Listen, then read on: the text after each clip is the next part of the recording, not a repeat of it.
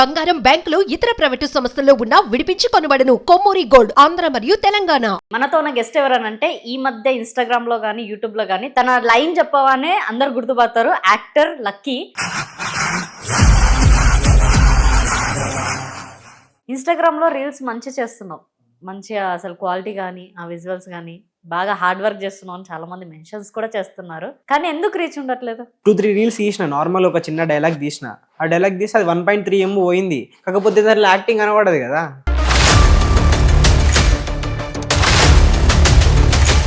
ఇప్పుడు కొన్ని ఇంటర్వ్యూస్ లో చూసాను, పేరెంట్స్ కి కాలింగ్ ఉంది, దానిలో ఏడుస్తున్నారు, వాళ్ళు తిడుతున్నారు, వాళ్ళు కూడా బాధపడుతున్నారు. ఇదంతా ఎందుకు ఇలా చేస్తున్నావు? మరి తిడతారు, ఏ పని చేయకపోతే ఏ పేరెంట్స్ అయినా తిడతారు. నువ్వు ఎందుకు అలా తయారైనావు అంటున్నావు? నీ పిచ్చి కాస్త వాళ్ళ మీద రుద్దుతావా? నేను వాళ్ళ మీద రుద్దట్లే అని చెప్తలేను కదా. వాళ్ళకి చూసుకునే టైంలో నువ్వు ఇది పిచ్చి అని తిరగడం కన్నా నువ్వు వర్క్ చేస్తూ అది ఇది బ్యాలెన్స్ చేయాలి కదా, తప్పదు కదా. బ్యాలెన్స్ సరే, ఇంట్లోకి నేను ఇప్పుడు ఇవ్వట్లేను కావచ్చు, కానీ నేను వాళ్ళని ఏం అడగట్లేను. ఫస్ట్ అసలు అడగట్లేదు. ఫోన్ చేద్దామా?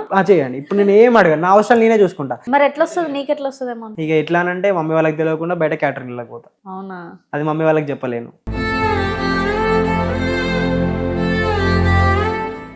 వెల్కమ్ టు మనం టీవీ. మనతో ఉన్న గెస్ట్ ఎవరనంటే ఈ మధ్య ఇన్స్టాగ్రామ్ లో కానీ యూట్యూబ్ లో కానీ తన లైన్ చెప్పగానే అందరు గుర్తుపడతారు, యాక్టర్ లక్కీ.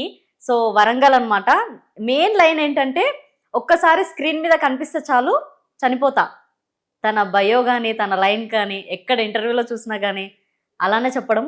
సో ఇప్పటిదాకా లైఫ్ ఎలా ఉంది, తన బ్యాక్గ్రౌండ్ ఏంటి, ఇంకొకటి ఏంటంటే అంత ఎమోషన్ని సినిమానే ఇండస్ట్రీ అని అంతగానము ఉన్న పర్సన్, ఇంట్లో ఫ్యామిలీ కూడా చాలా ఉంటాయి.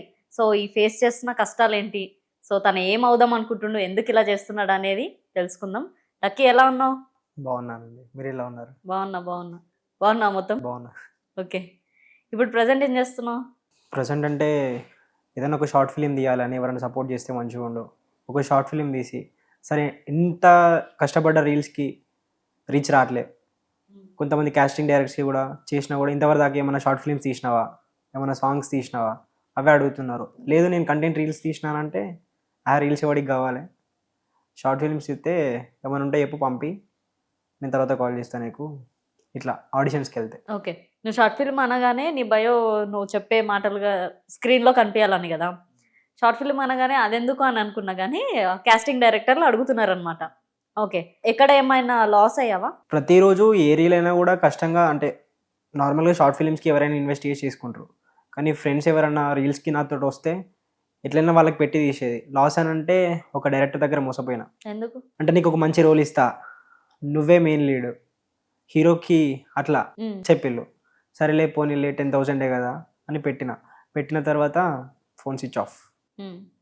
అంటే అప్పుడు ఏమర్థమైంది అని అంటే, ఎవరైనా కాస్టింగ్ కాల్ పెట్టినప్పుడు మనం వన్స్ ఒక డిఎం చేస్తే ఒకటేసారి, అంటే వస్తేరా లేకపోతే లేదు అనే జెన్యున్ కాల్స్.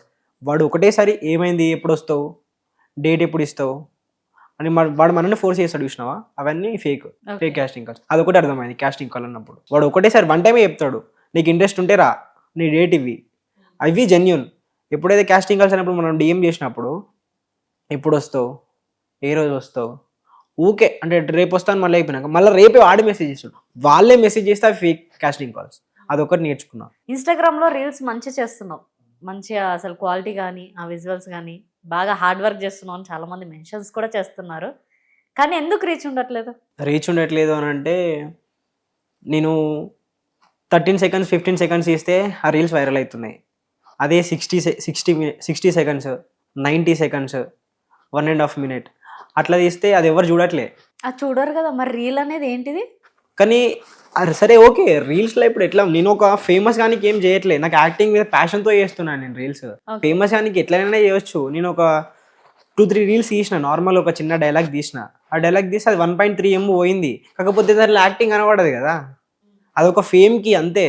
ఓకే, ఇప్పుడు ఫేమస్ కానీ ఏమన్నా చేయొచ్చు అంటే ఏం చేస్తావు? ఫేమస్ కానీ ఏమన్నా చేయొచ్చు అని అంటే ఎట్లయినా చేయొచ్చు. నేను నార్మల్ కామెడీ వీడియోస్ చేసినా వైరల్ అవుతా, ఎందుకంటే నాకు రీచ్ వస్తున్నాయి వాటికి. కామెడీ వీడియోస్కి ఏదన్నా ఓన్ డైలాగ్స్ చెప్తే ఆ డైలాగ్స్ ఫ్రెండ్సే అంటున్నారు, అరే ఇది నీ వాయిస్ అంటే, అరే నా వాయిస్ కాదురా, నా వాయిస్ లెక్క ఉన్నది కానీ అది నా వాయిస్ కాదు. అంటే ఒక్క వీడియోకే నా వాయిస్ అన్నట్టు చూపిస్తారు. నీ వాయిస్ అయినారా ఇది అని అంటే, అరే నా వాయిస్ కదరా, నేను తీసిన ఓన్ వాయిస్ ఒకటే వాయిస్, అది 1.3 MB అది ఒకటే రీల్ నాది, నేను ఇంకేం ఓన్ వాయిస్ తీయలే అంటే. ఓన్ వాయిస్ తీస్తే వైరల్ అవుతున్నాయి.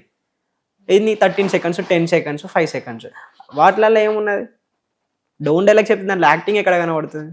ఓకే, ప్రజెంట్ ఏమైనా జాబ్ చేస్తున్నావు మరి? ప్రజెంట్ ఏమైనా జాబ్ చేస్తున్నానంటే, ఇప్పుడు జాబ్ చేస్తే ఎట్లా అంటే 2 బ్యాలెన్స్ చేసుకోలేను. ఫినాన్షియల్ ఇదంతా ఎలా అవుతుంది? ఫైనాన్షియల్గా అంటే ఇప్పుడు ఏం లేదు, అందుకే ఇంట్లోకి వెళ్ళి ప్రెజర్. ఏమంటారు ఇంట్లో? చెల్లి మ్యారేజ్ అయింది, 12 lakhs అప్పు ఉన్నది, ఇంకెన్ని సంవత్సరాలు ఇట్లనే యాక్టింగ్ యాక్టింగ్ యాక్టింగ్ యాక్టింగ్ అని. ఇప్పటికి 3 సంవత్సరాలు అవుతుంది. ఏ రోజు ఇంకా నువ్వు సక్సెస్ అయ్యేది, ఎప్పుడు ఇంకా తీసుకొచ్చి పెట్టేది మాకు? కానీ నాకైతే నమ్మకం ఉన్నది, ఏదో ఒక్కరోజు 1 day 1 night సక్సెస్ అవుతా అని. ఆ ఒక్క నమ్మకంతో ఎన్ని నెగిటివ్ వైబ్స్ వచ్చినా, ఎన్ని పాజిటివ్ వైబ్స్ వచ్చినా కూడా అది నెవర్ గివ్ అప్ లెక్కనే వెళ్ళిపోతున్నా.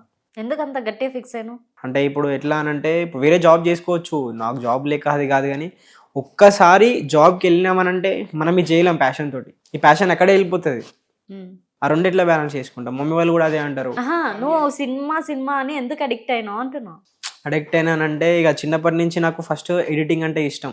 ఎప్పుడు వెన్ ఐఎమ్ 2026, 27 అప్పుడు ఎట్లా ఉండేనంటే, నార్మల్గా ఇక్కడ బ్యాక్గ్రౌండ్ తీసుకొచ్చి ఇక్కడ పెట్టి మ్యానిప్లికేషన్ చేసేది అన్నట్టు.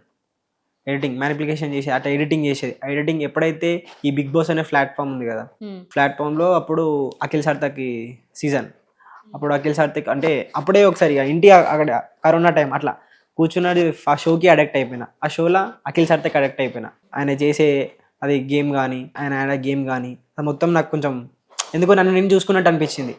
అందుకే ఆయన హెయిర్ స్టైల్, ఆయన పెంచే బాడీ కొంచెం ఎందుకు నేను కూడా చేయొద్దు అని నార్మల్గా చిన్నగా అప్పుడు ఆండ్రాయిడ్ ఫోన్లో నార్మల్గా రీల్స్ చేసేది. సరే అవి ఎట్లా ఒక 300 views, 200 views, 220 views, ఆ లైక్స్ నాకు కూడా లైక్స్ వస్తున్నాయి అని అనుకునేది. ఇక అట్లా పోయి ఇక ఫ్రెండ్ గాడు ఒకడు నార్మల్గా ఇంటి దగ్గర టిక్టాక్ తీసేది. అప్పుడు షేర్ చాట్లో టిక్టాక్ రాకముందు షేర్ చాట్లో తీసేది వీడియోస్. టిక్టాక్లో తీసుకుని ఇంటి దగ్గర ఒక 4 members గ్యాంగ్ అయ్యారు. ఒకరి దగ్గర ఐఫోన్ ఉండే, ఇక వాళ్ళు రీల్స్ తీసాను. నేను ఎందుకు తీయద్దని నేను వాళ్ళతో కొలాబ్ అయినా ఫ్రెండ్స్ తోటి. ఒక్కడి దగ్గర ఐఫోన్ ఉండే, ఒక్క ఐఫోన్ తోటి 10 మంది తీసేది రీల్స్. ఒక్క ఐఫోన్ తోటి 10 మంది రీల్స్ తీసేది, అవి పోస్ట్ చేసుకునేది. ఒక్క వీడియో పోస్ట్ చేయడానికి 1 week పడేది ఎడిటింగ్ చేసేది. ఎందుకంటే వాడు ఒక్కడే కదా, అది ఎవరికి రాదు ఎడిటింగ్. ఇప్పుడు వాడు ఒక్కడు ఫోన్ కొనుక్కున్నాడు కాబట్టి వానికే ఎడిటింగ్ వచ్చు, వానికే డైరెక్షన్ వచ్చు, వానికే కెమెరామెన్ డిఓపి వచ్చు, మొత్తం వాడే తీసేది. కానీ వాడు తీసేది అందరినీ తీస్తారా, కొంచెం టైం పడుతుంది అని అనేది. సరే ఓకేలే పర్లేదు, 5 daysకి ఒక వీడియో పడుతుంది కదా అని అనుకునేది. నేను మంచిగా తీసినారా వీడియో, ఐఫోన్లో తీసిన, క్వాలిటీగా తీసిన, ఇట్లా తీసిన అనుకునేది. ఇక అట్లా ఒక 6 months దాకా అట్లనే జర్నీ చేసినాం. అప్పుడు కొంచెం రీచ్ బయట మంచిగా చేస్తున్నావు అన్న, రీల్స్ మంచిగా ఉన్నాయి, ఇట్లా అన్నాడు. ఇక ఎప్పుడైతే ఈ అమెజాన్ డేస్ వచ్చినప్పుడు అప్పుడు నేను ఓన్గా 1 rupee ఇన్వెస్ట్ చేసి ఐఫోన్ తీసుకున్నా. ఓకే, ఇప్పుడు కొన్ని ఇంటర్వ్యూస్లో చూసాను, పేరెంట్స్కి కాలింగ్ ఉంది, దానిలో ఏడుస్తున్నారు, వాళ్ళు తిడుతున్నారు, వాళ్ళు కూడా బాధపడుతున్నారు. ఇదంతా ఎందుకు ఇలా చేస్తున్నావు మరి? ఇప్పుడు ఏ పేరెంట్స్ అయినా, ఏ కొడుకులని, ఏ తల్లి ఎవరిని తిట్టరు. పేరెంట్స్ తిడతారు, ఏ పని చేయకపోతే ఏ పేరెంట్స్ అయినా తిడతారు. నువ్వు ఎందుకు ఎలా తయారైనావు అంటున్నావు? తయారైనావు అని అంటే నాకు ఒక యాక్టింగ్ అనే పిచ్చి పట్టింది. అంటే నాకు ఎట్లా అంటే, ఇప్పుడు వేరే దాని మీద కాన్సన్ట్రేషన్ పెడితే యాక్టింగ్ నీ ప్యాషన్ ఇది కాదు, నీ వర్క్ ఇది కాదు, నువ్వు ఇది అని నన్ను తంతుంది లోపల. స్కూలింగ్ కాలేజ్ ఇదంతా?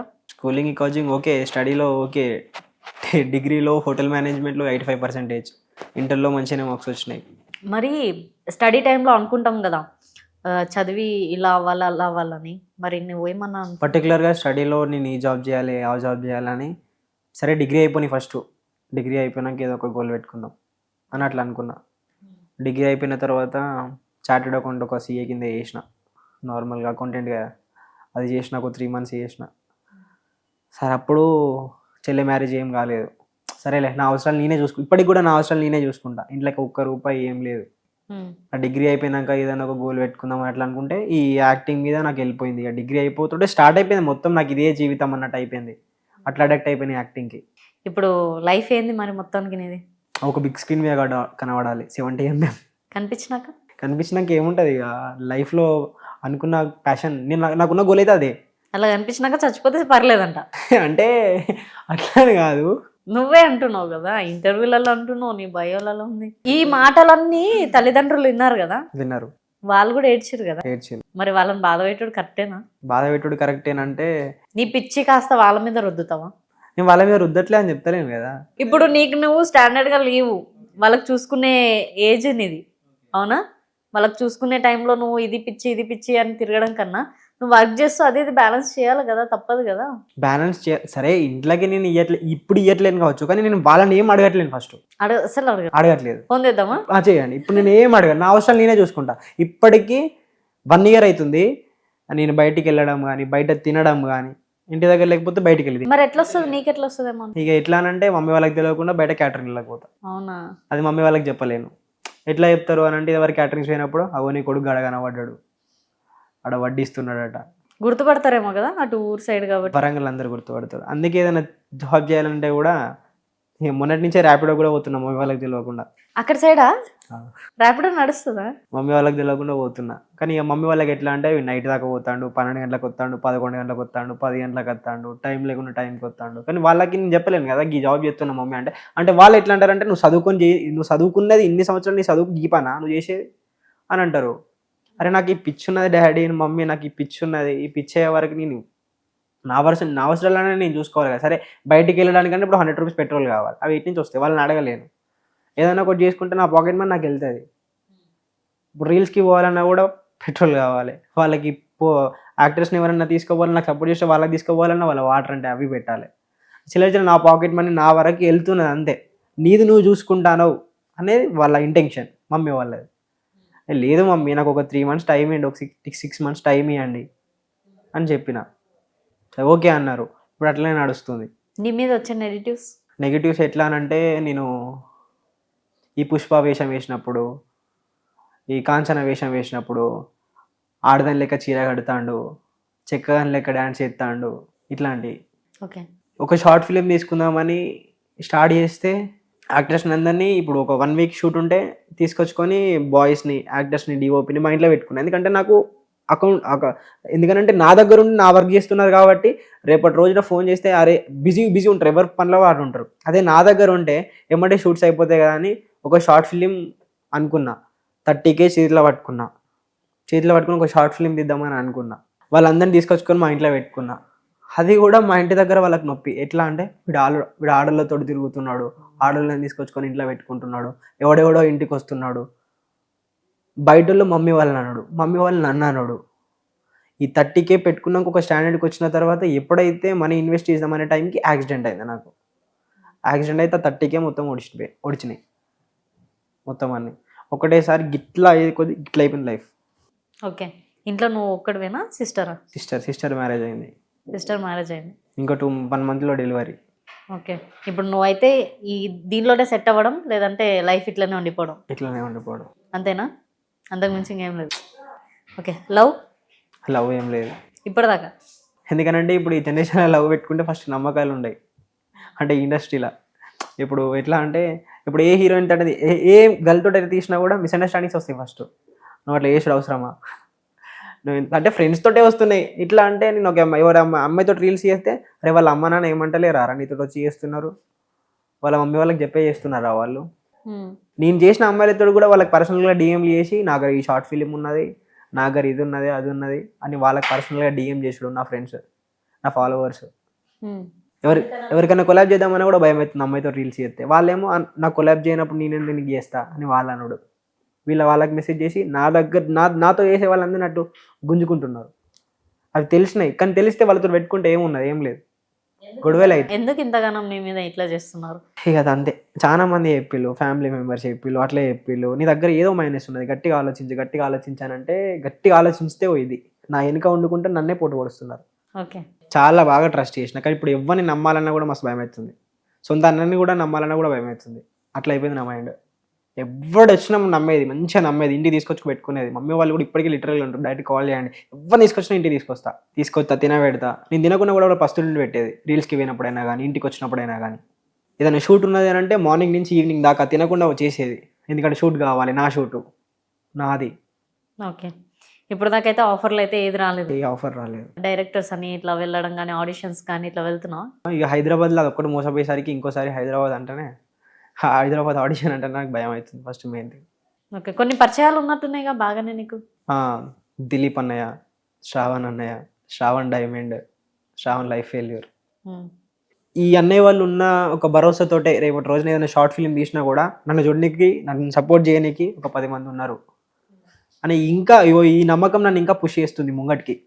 కొంతమంది తెలిసిన వాళ్ళు ఉన్నారు, కొంతమంది సెలబ్రిటీస్ ఉన్నారు, నా అన్నయ్యలు నాకు ఉన్నారు, ఒక డిఓపి ఉన్నాడు, క్రాంత్ అన్నయ్య ఉన్నాడు, మా అన్నయ్య, వీళ్ళందరూ నన్ను సపోర్ట్ చేయనీకి ఉన్నారు అనేది ఆ నమ్మకాన్ని నేను ఇంకా సక్సెస్ అవుతా. ఒక రోజు, ఒక డే, ఒక నైట్, ఒక వీడియో, ఒక 30 seconds రీల్ నన్ను ఇంకా సక్సెస్ చేయకపోతుందా?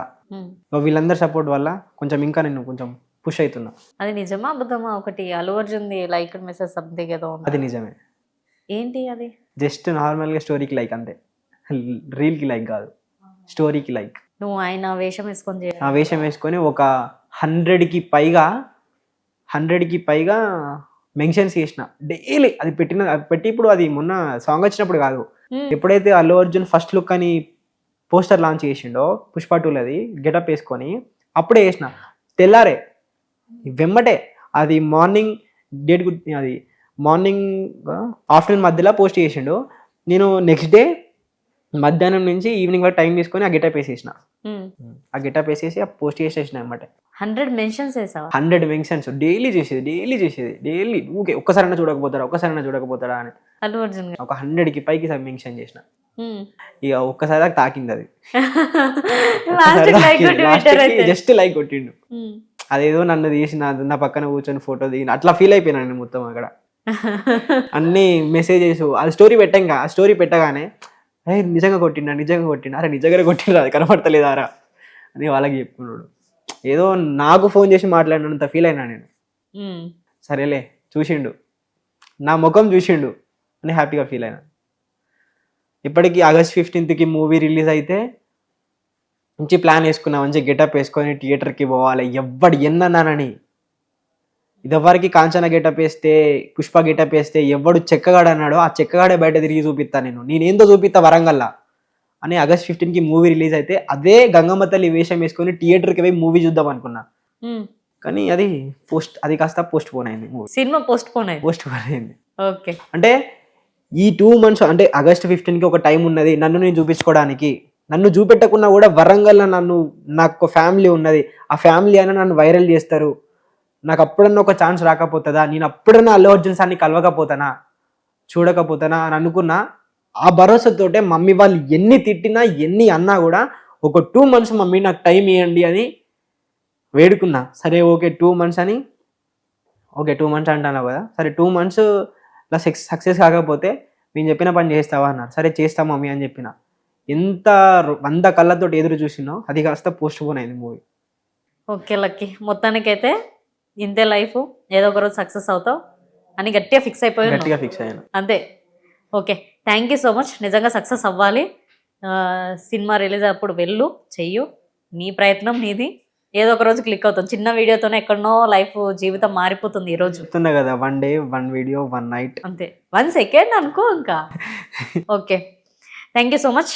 సో చూసారుగా ఇంటర్వ్యూ, నెక్స్ట్ ఇంటర్వ్యూతో మేము ముందుంటా. సైనింగ్ ఆఫ్ కీర్తి.